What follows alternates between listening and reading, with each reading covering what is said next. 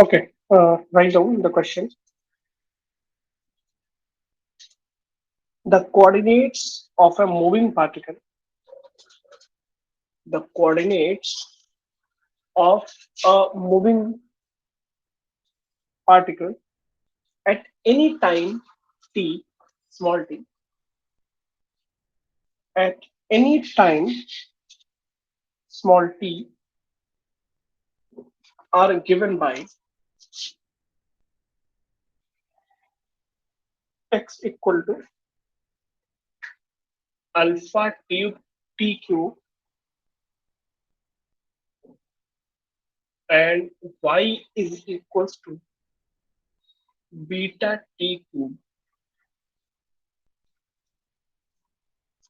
X equal to alpha t cube, y is equals to beta t cube. The speed of the particle at time t, the speed of the particle at time t is given by is given by क्या मतलब हुआ इसका? इसका मतलब हुआ कि x में भी जा रहा है, ये y में भी पार्टिकल जा रहा है, x कोऑर्डिनेट भी चेंज हो रहा है, y कोऑर्डिनेट भी चेंज हो रहा है ना. x कोऑर्डिनेट में इसकी स्पीड यानी x एक्सिस की स्पीड कितनी होगी? vx dx over dt. y में क्या होगी? vy, that is what? dy upon dt. इसको डिफरेंशिएट करेंगे तो alpha is constant, t cube means 3t square, here beta is constant 3t square, simple. Okay. आप देखोगे ध्यान से तो आपको समझ में आएगा कि यहाँ पे एक एक्सिस में ये है vx और दूसरे डायरेक्शन में है vy और दो वेलोसिटी है, दोनों के बीच में एंगल कितना है? 90 डिग्री. तो resultant velocity will be is equal to under root vx square plus vy square. Okay, note down.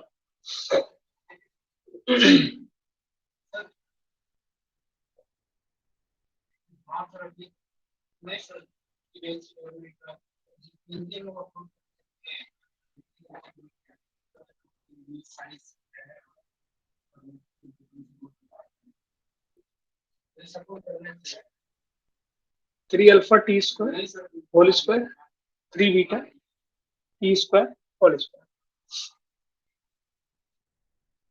You can take common 3t square. You can take common whole square alpha square plus beta square. 3t square you can take common under root alpha square plus beta square. 3t square alpha square plus beta square. That is the answer.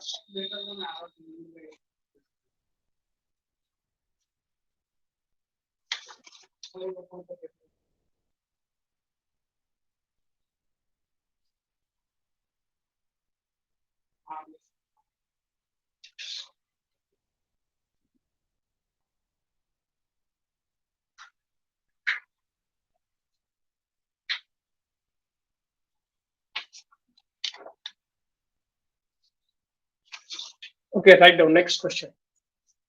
Done, na? Done.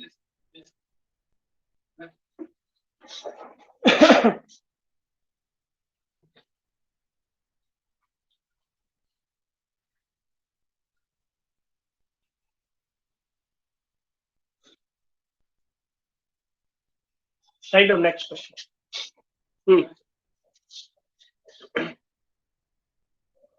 A particle has, ये देखना ना, ये question बहुत अच्छा था, ये JEE Mains का था, जेई मेंस का क्वेश्चन था.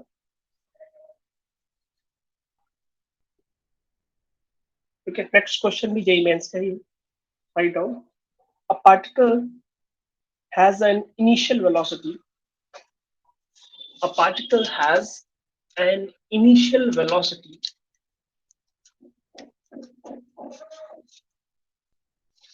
particle has an initial velocity of 3 I cap plus 4 j cap. 3 I cap plus 4 j cap and an acceleration of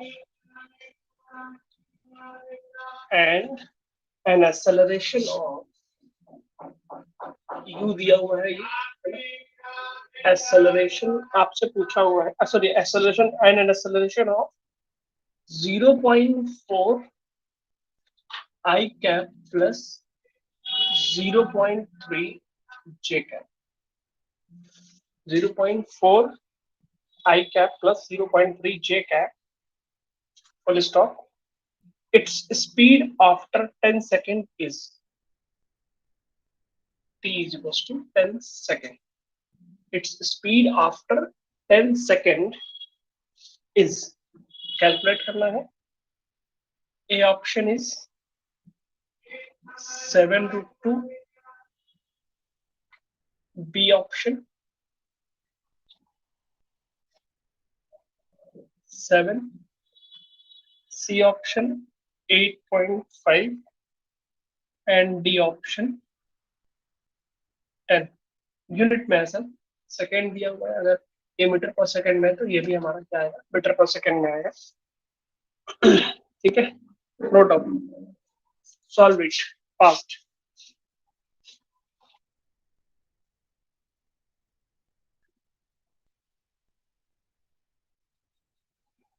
Sir, 10.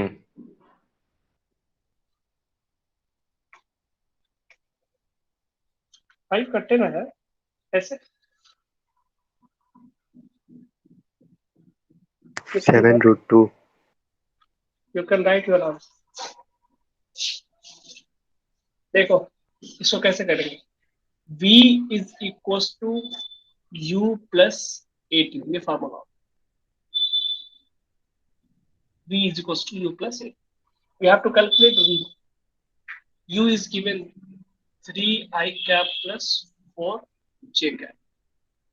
Okay, फिर plus a 0.4 I cap plus 0.3 j cap multiplied by 10.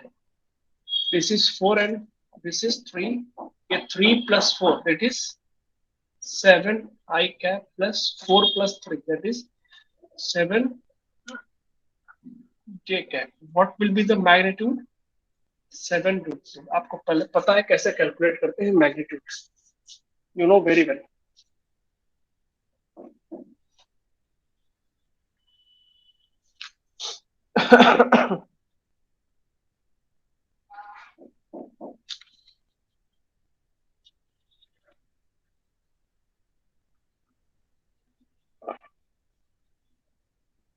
Right down next question. क्या होगा इसमें, कोई दिक्कत है? Any problem to anyone?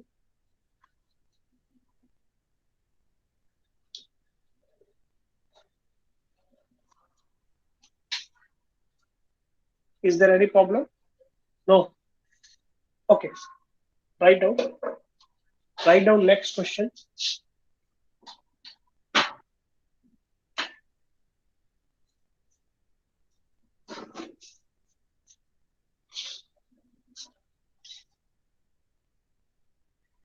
A boy can throw a stone. A boy can throw a stone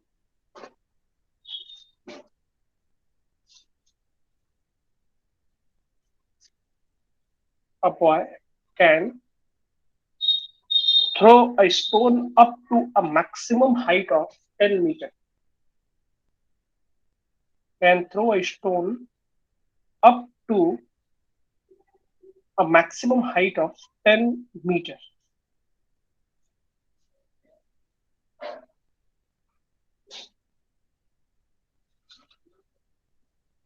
The maximum horizontal distance that the boy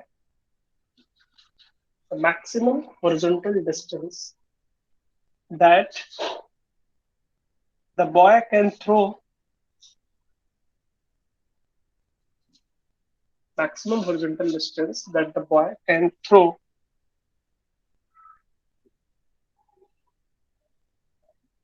the same stone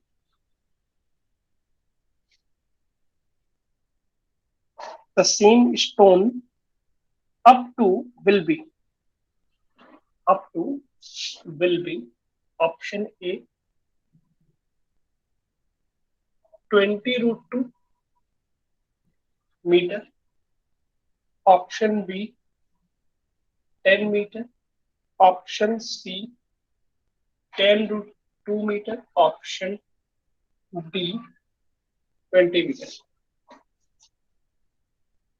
That is these are the options.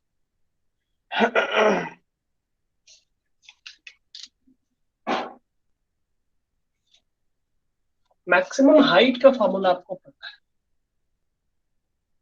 ना, u square sine square theta upon 2g होता है ना।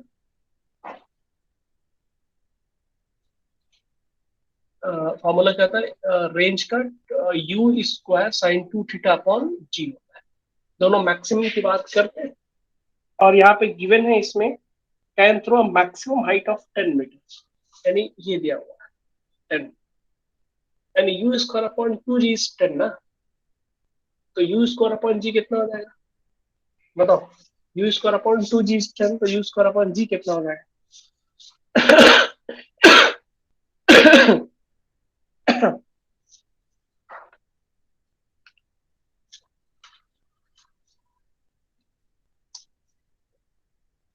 यहाँ से क्या करेंगे हम, ये 2 को इधर मल्टीप्लाई कर देंगे, u square upon g calculate हो जाएगा।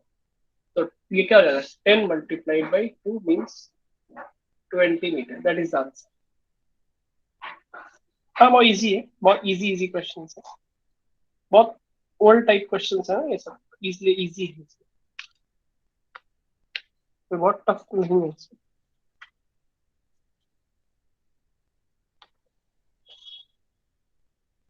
हो गया। Okay, right on next. If the angle between the vectors if the angle between the vectors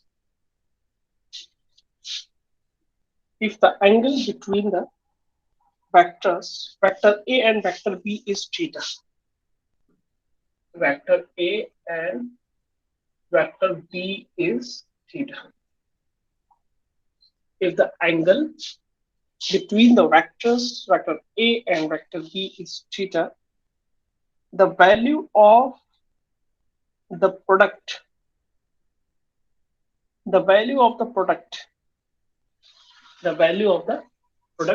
मैं लिख रहा हूं यहाँ पे, लिखा है vector B cross vector A dot vector A, vector B cross vector A dot vector A is equal to option इसमें दिए हुए हैं, B A square cos theta,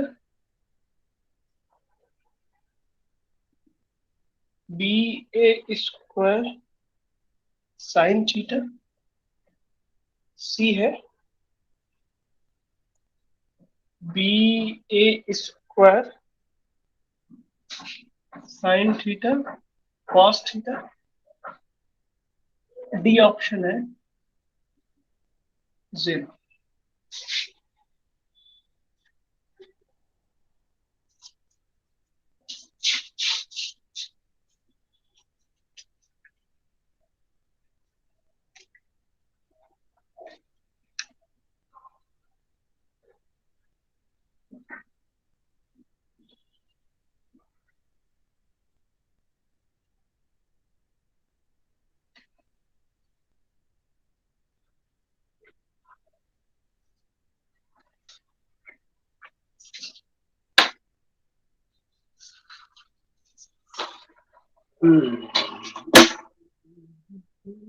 Sir, first one. B A square cos theta. और कोई, चलो एक मान लिया आंसर ये आएगा। Anyone else? अगर आपने समझा होगा तो समझ में आएगा, जल्दी सही बताओ, कोई दिक्कत नहीं। बताओ फटाफट, what should be the result?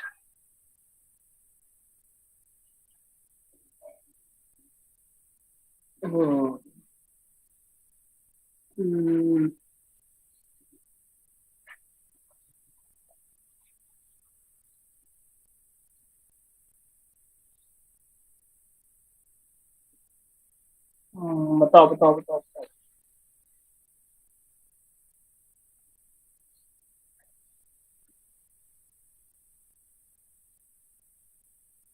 Option A.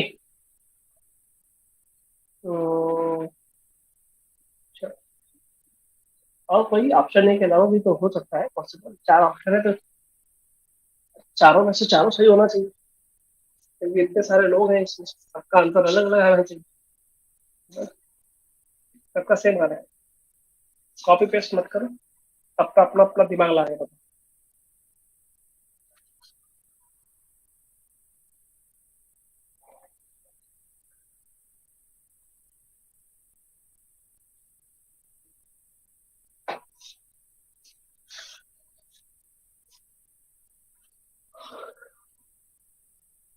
देखो इसको दो पार्ट में समझना, क्या कैसे देखना।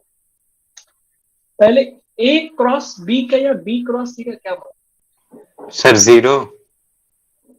देख लो पहले, ए क्रॉस बी अगर ऐसे दो वेक्टर ना, दोनों के बीच में कोई भी एंगल हो, हमसे इससे मतलब नहीं है, लेकिन अगर दो वेक्टर्स है ए और बी, ध्यान रखना, ए और बी दो वेक्टर्स है इस तरह से, एक इधर एक इधर ऐसे ना, दो वेक्टर ऐसे,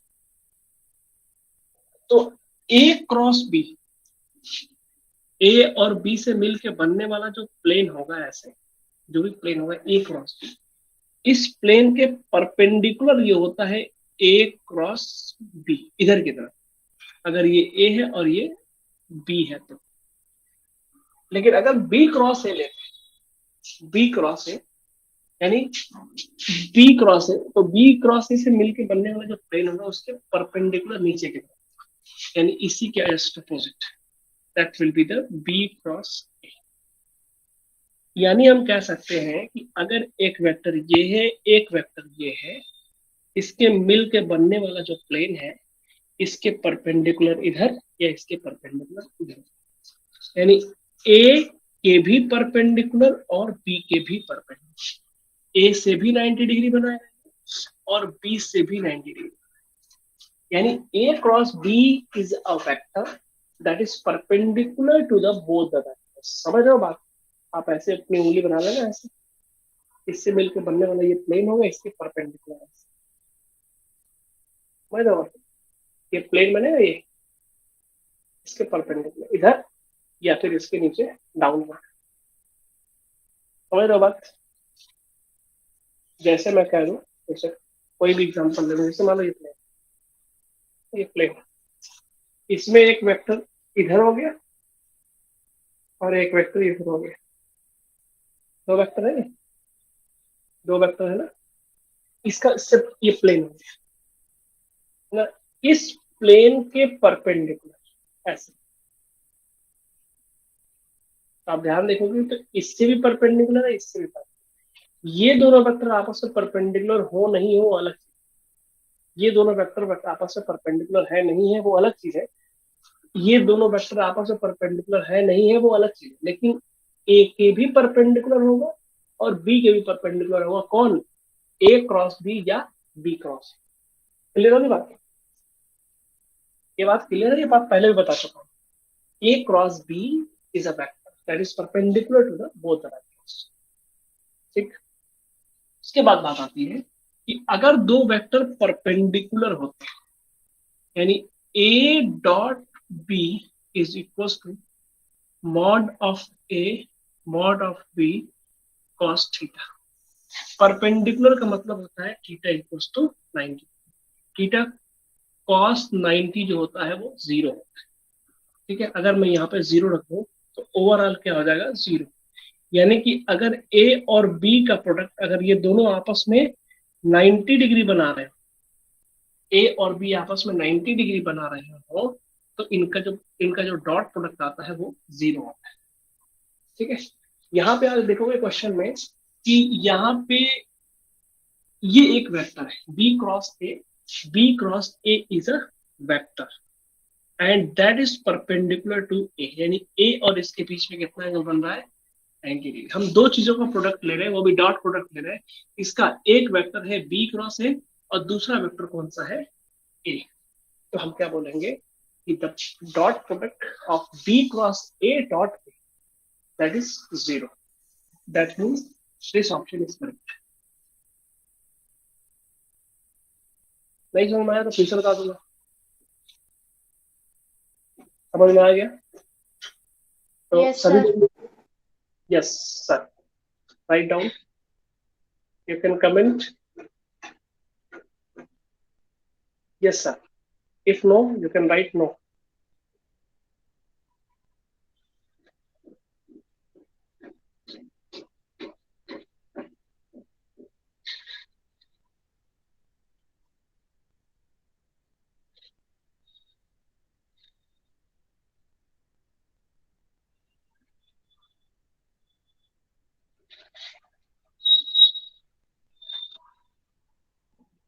ओके, सब लोग कमेंट नहीं करते हैं ना, यही दिक्कत है। जब पूछता हूँ तो सब लोग कमेंट नहीं करते, आधे बच्चे नहीं, आधे अच्छे करते हैं, आधे नहीं करते। वंस मोर, ठीक है बताया तो ए क्रॉस बी, इसीलिए कहते हैं जब जब जब थ्योरी पढ़ते हो तो बहुत ध्यान से बहुत चीजों को समझो। A cross B is what, A cross B is a vector and that vector is perpendicular to the both the vectors. यानी अगर हम ए क्रॉस बी निकालते हैं, ए और बी से बनने वाला जो प्लेन होगा उसके परपेंडिकुलर, और हम जब ए डॉट बी निकालते हैं, ए डॉट बी, तो ए डॉट बी क्या होता है mod of A mod of B cos theta and theta equal to अगर 90 डिग्री हुआ यानी दोनों परपेंडिकुलर हुए तो ए डॉट बी क्या। और हम यहाँ पर कंफर्म है कि दो वेक्टर यानी बी क्रॉस ए और ए वेक्टर ये दोनों आपस में परपेंडिकुलर है, और जब हम दोनों का डॉट प्रोडक्ट लेते हैं तो वो 0 आता है। सेम इसी तरीके से अगर यहाँ पे बी क्रॉस ए की जगह पे अगर ऐसे दे दे ए क्रॉस बी और डॉट ए दे दे, ये भी क्या होगा 0, 0 वेक्टर है ना। सुना, एक्चुअल में वेक्टर होगा ये भी 0 0 वेक्टर कह सकते हैं इसको। और अगर ऐसे ए क्रॉस बी डॉट बी हो तब भी क्या होगा 0, क्योंकि ए क्रॉस बी और बी ये भी तो आपस में परपेंडिकुलर है। अगर ऐसा कुछ ऑप्शन हो तो ये भी क्या हो जाएगा 0 होगा। इसी तरीके से B cross A, B cross A dot B हो तब भी क्या हो जाएगा ये 0 वेक्टर्स हो जाएंगे सब के सब। मुझे लगता है क्लियर हुई बात, इतनी बातें क्लियर हो गई आपकी, कोई डाउट नहीं होगा अभी है ना। और भी क्वेश्चंस करते हैं, आज थोड़ा क्वेश्चन ही कर लेते हैं, नेक्स्ट डे से हम लोग स्टार्ट करेंगे। नेक्स्ट डे से हम लोग स्टार्ट करेंगे next chapter.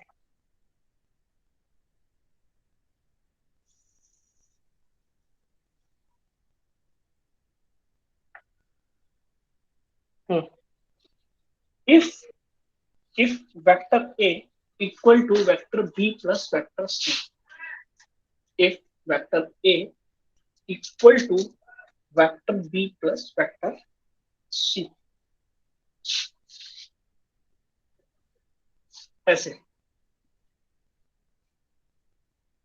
vector a is equals to vector b plus vector c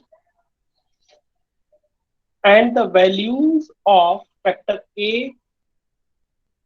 comma vector b and vector c are ऐसे vector a vector b and vector c, यानी मॉड में ना, मतलब मैग्नीट्यूड है कहने का मतलब। The values of vector A comma vector B and vector C are 13, 12 and 5, 13, 12 and 5 respectively। 13, 12 and 5 respectively. Then the angle between them the angle between vector A and vector C will be, vector A and vector C will be, there are options. First option, write down options also. Cos inverse 5 by 13. B option, cos inverse 13 by 12. C option,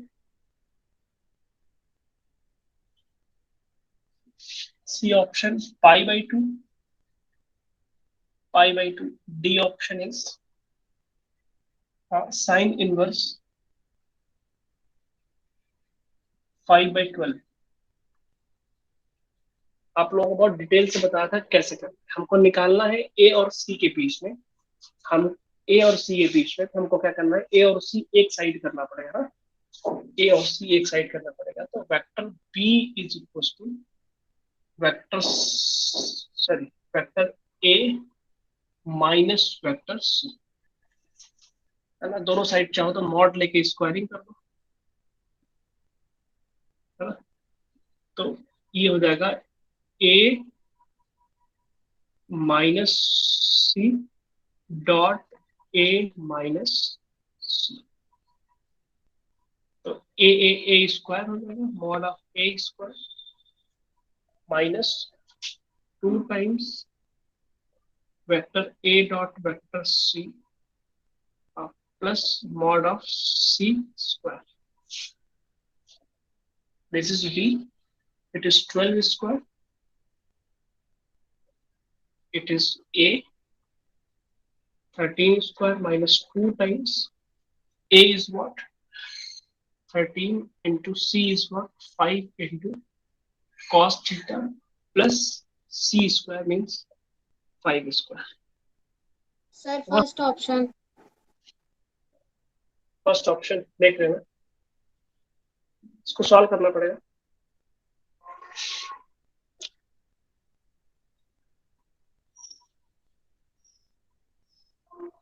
first option है, देख लेते हैं answer इसका भी।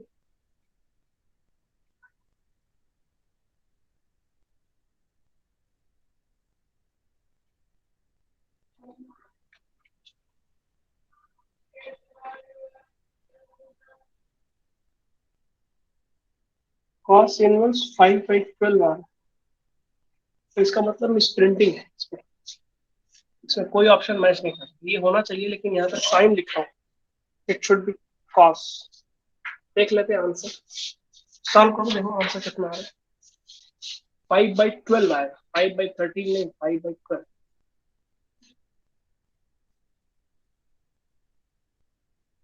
Sir solve करने पे पहला वाला ही आएगा। पहला वाला आ रहा है। यस सर, Yes, 50 by 130 हो रहा है, फिर उसको 0 0 काट देंगे तो 5 by 13।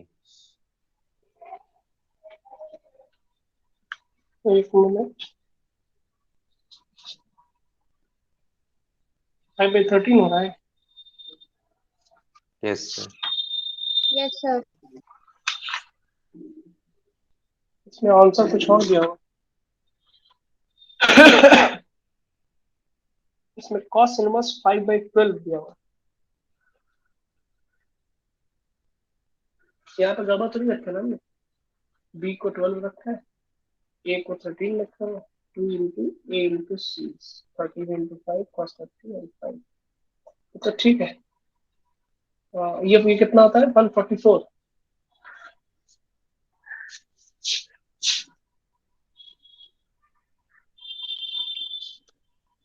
ये कितना होता है, 169 कितना होता है, यस सर 169 माइनस ये कितना आया, minus 130। Series 0 minus 130 cos theta plus 25। ठीक।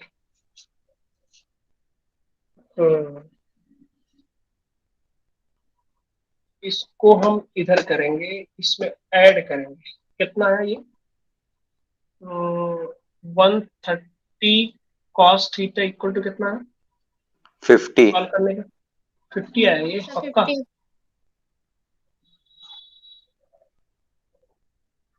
तो 1 0 कैंसिल हो जाएगा। Theta is equal to cos inverse 5/30। Option इसमें ये वाला दिया, ऑप्शन मतलब ये वाला दिया हुआ है, लेकिन सही आंसर ये वाला, इसके अकॉर्डिंग ये ठीक है। बाकी लोग भी मैच कर लेंगे अपना करके।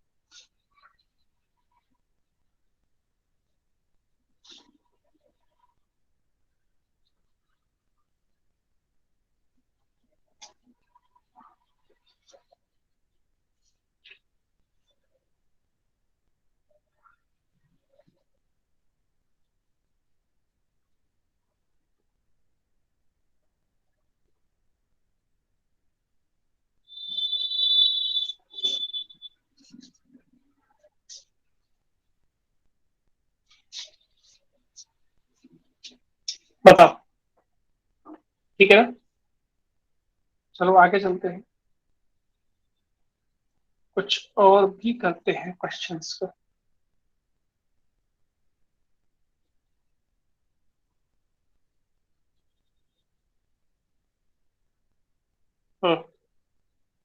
A cyclist moves in such a way.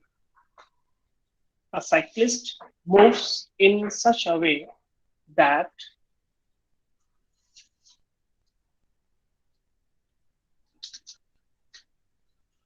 moves in such a way that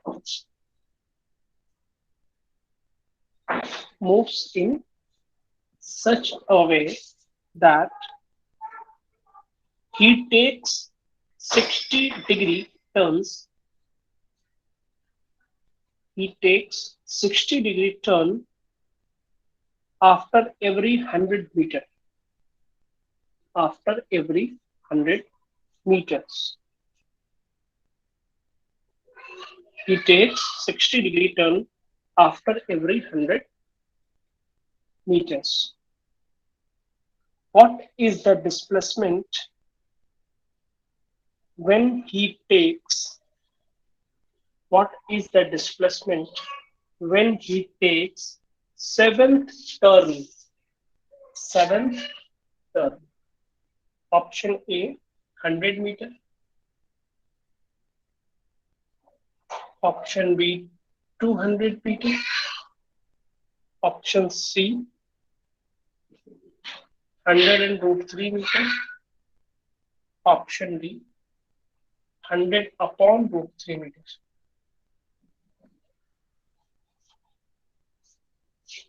Hundred. What is the displacement when he takes seventh turn? 100 आ रहा है?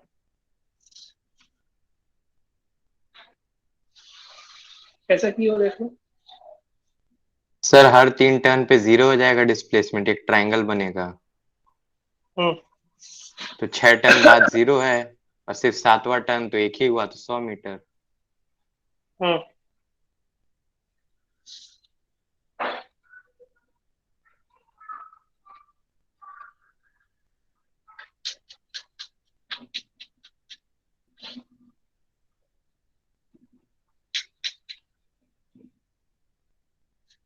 देखो कैसे करेंगे क्वेश्चन, जो तुम कह रहे हो वो तो अलग चीज है। देखो ये 100 टर्न 60 डिग्री ऐसे लेगा ना, 60 ये ऐसे टर्न लेता ना, ये फर्स्ट टर्न हो गया। फिर यहां से इसको जाना चाहिए था ऐसे, लेकिन ये टर्न ले लेगा 60 डिग्री, सेकेंड टर्न हो जाएगा। ठीक है, फिर जाना चाहिए था इसको ऐसे, लेकिन चला जाएगा ऐसे, third turn. 4 turn, 5th turn, ठीक है, 6th turn and 7th turn, first, second, third, fourth, fifth, sixth, seven. What is the displacement he takes when he takes यहाँ से 7th, तो यहाँ जैसे लेता है उस टाइम पे इसका डिस्प्लेसमेंट ये बना.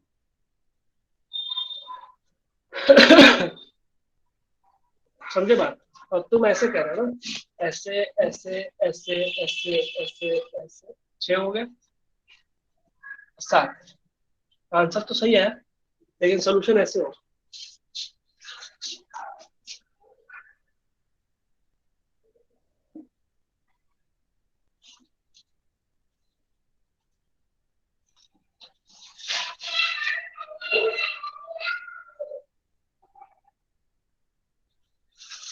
ठीक है, ये सोल्यूशन. 60 डिग्री टर्न ले लेना और तुम 120 टर्न ले रहे हो यहाँ से, 120 टर्न ले रहे हो. ठीक है, 100 ही आएगा हमसे.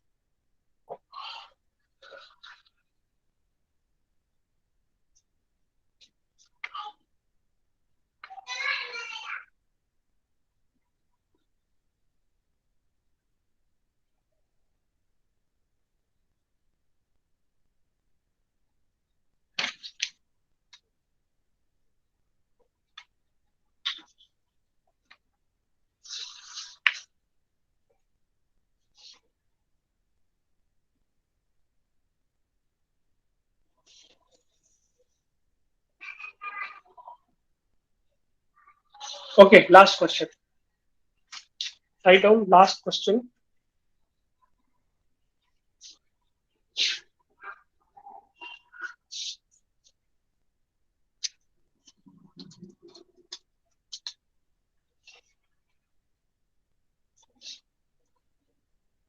Vector A 4i cap plus 4j cap minus 4k cap and vector B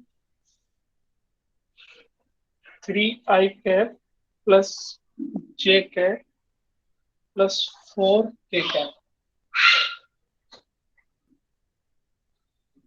4k cap, 3i cap plus j cap plus 4k cap. Then what is the angle between vector A and vector B?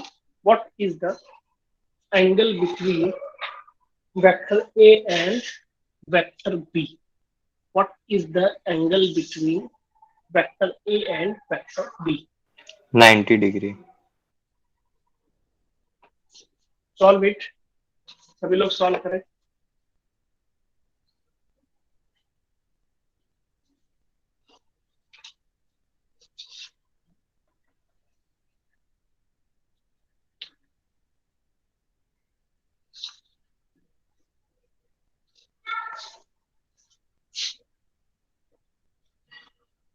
Cos theta is equals to vector A dot vector B upon mod of vector A mod of vector B. A dot B निकालो पहले. A dot B 4 multiplied by 3 12 plus 4 minus 16. It is 16 minus 16 0. ये ऊपर 0 आ गया, इसका मतलब पूरा 0 है. Theta equals to 90 degree. Cos 0 means that theta equal to 90.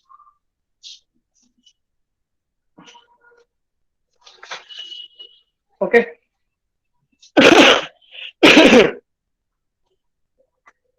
मुझे लगता है कोई दिक्कत की बात नहीं है. Don't have any problem.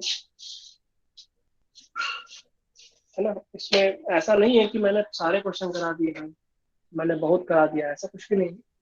Maximum हमने करा दिया है जितना पॉसिबल था और जितना रिक्वायर्ड है ना.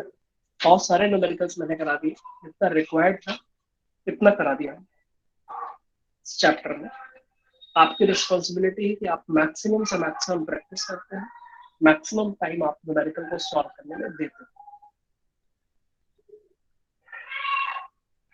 ठीक है। और नेक्स्ट डे से हम लोग स्टार्ट करने जा रहे हैं टफेस्ट चैप्टर, टफेस्ट चैप्टर, है ना। उस हिसाब से बहुत फोकस होकर पढ़ना पड़ेगा आपको, है ना। Chapter number 5, Newton's law of motion.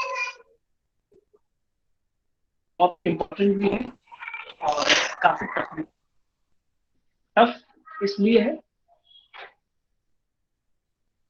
कि हम विजुअलाइज नहीं कर पाते हैं चीजों को, समझ नहीं पाते हैं। अगर समझोगे तो बहुत इंटरेस्टिंग भी है और इजी भी, अगर समझोगे तो। ठीक है, तो मैं आज यहीं पे क्लास रहता हूँ, फिर मिलते हैं नेक्स्ट क्लास में। You may leave the class after writing your attendance, after writing your attendance you may leave the class. Thank you.